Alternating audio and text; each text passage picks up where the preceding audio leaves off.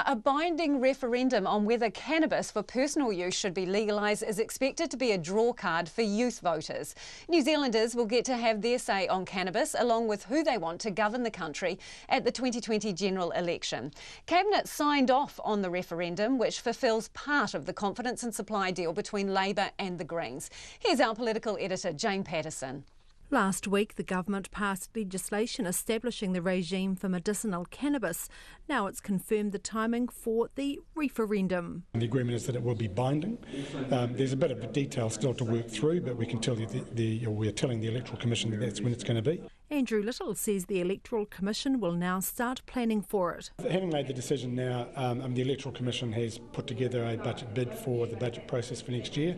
So that decision having been made, we'll now process that budget bid. That obviously will attract budget confidentiality, so we'll know about that next May.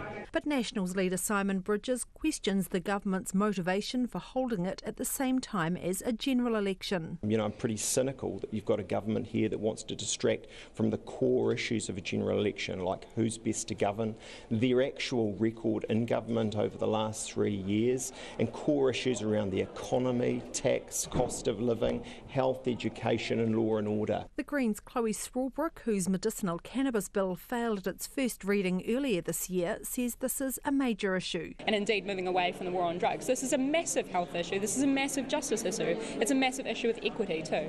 And she says cost was a factor in the timing. Absolutely, there's cost implications for holding it outside of the general election. That's what we saw with the flag referendum, which was a huge amount of public money spent. So it is absolutely cost reduction to be holding it in line with the general election. Tania Sweki-Mead, the Executive Director of Just Speak, which gives a youth perspective on criminal justice, says the timing could be helpful in boosting youth turnout. Many young people see the way that we approach this drug as being really out of step with how we, for example, regulate alcohol.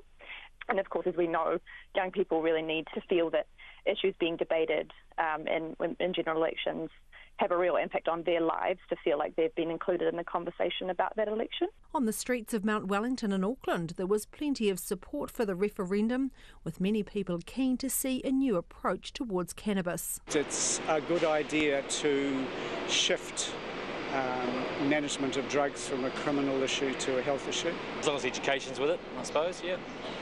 And if the police put their resources into maybe helping use suicide instead of getting people for smoking a joint or speeding, that would be useful to the country as well.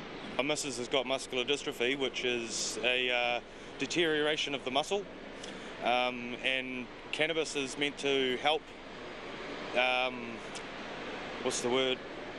stop it from happening. So yeah, medicinal purposes, excellent. I don't know, that could be fun.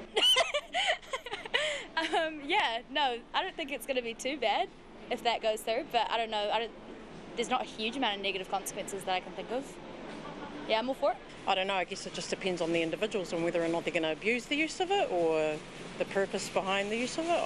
I don't believe that we should be just making it carte blanche available for everyone, because we've seen what alcohol's done, and we've seen how alcohol has significantly disadvantaged appropriate behaviour in society.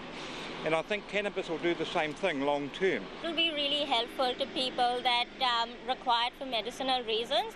Apparently it soothes them with the pain that they're going through, so I'd be really happy to support it, and I'd be proud of New Zealand if they actually pass it as a bill. There are two other possible referenda. The first is on euthanasia. The ACT leader David Seymour is working on a members' bill, and that looks likely to include a provision for a referendum. The other is on changes to electoral law, specifically to lower the party vote threshold to 4% and remove the so-called coattailing provision. That decision will be made by ministers. From Parliament for Checkpoint, Jane Patterson.